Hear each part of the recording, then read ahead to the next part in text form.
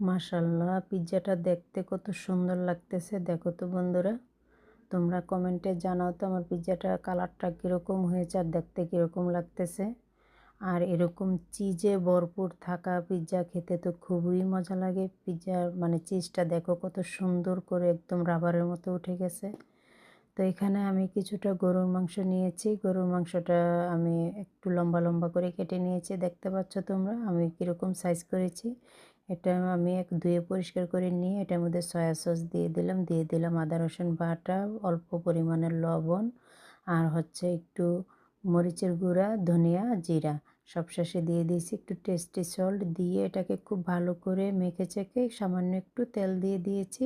যেহেতু গরু মাংস আমি তেলটা বেশি রকমের ব্যবহার করিনি, খুবই অল্প দিয়েছি। তো এভাবেই আমি রান্না করে নিয়েছি। দেখো আমার রান্নাটা হয়ে গেছে, খুব সুন্দর লাগতেছে, একদম ঝরঝরা হয়ে গেছে মাংসটা। এখন এটা দিয়ে আমি পিৎজা তৈরি করব। তো এখানে পিৎজার একটা ডো নিয়েছি। ডোটাকে আমি একটা প্লেটে সুন্দর করে একদম মানে রুটির মতো বেলে এটাকে চামিচ দিয়ে, কাঁটা চামিচ দিয়ে একটু ছেদ্রি করে নিয়েছি, দেখতে পাচ্ছ। আর এটার মধ্যে আমি দিয়ে দিলাম সস।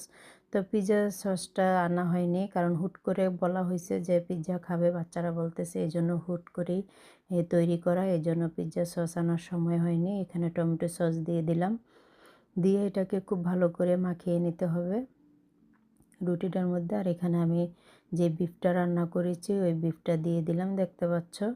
এখানে দিয়ে পরে আমি সসেস কেটে নিয়েছি, সসেসটাও দিয়ে দিলাম। তো এক এক করে সবগুলো সবজি দিয়ে দেব। এখন আমি এটার মধ্যে ব্যবহার করব ক্যাপসিকাম, তারপরে হচ্ছে গিয়ে গাজর, তারপরে টমেটো।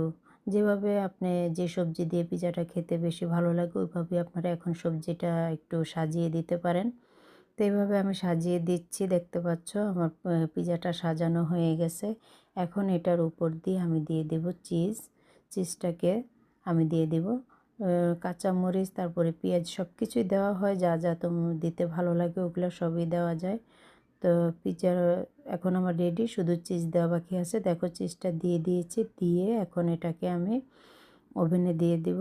এটা দিয়ে দিব চুলায়। আমি আজকে দু ধরনের পিৎজা তৈরি করেছি, একটা চুলায় দিয়েছি, একটা ওভেনে দিয়েছি, এরকম করে। তা হাঁড়ির মধ্যে আমি একটা স্ট্যান্ড দিয়ে তারপরে ঢেকে দিলাম। তো দেখো আমার পিৎজাটা হয়ে গেছে, মাশাল্লাহ দেখতে কত সুন্দর লাগতেছে। তো এরকম হুটহাট পিৎজা তৈরি করা যায় খুবই অল্প সময়ে, আর খেতে খুবই মজা লাগে, একদম দোকানের পিৎজার মতো খেতে খুবই ভালো লাগে। তো অত দাম দিয়ে পিৎজা দোকানে কিনে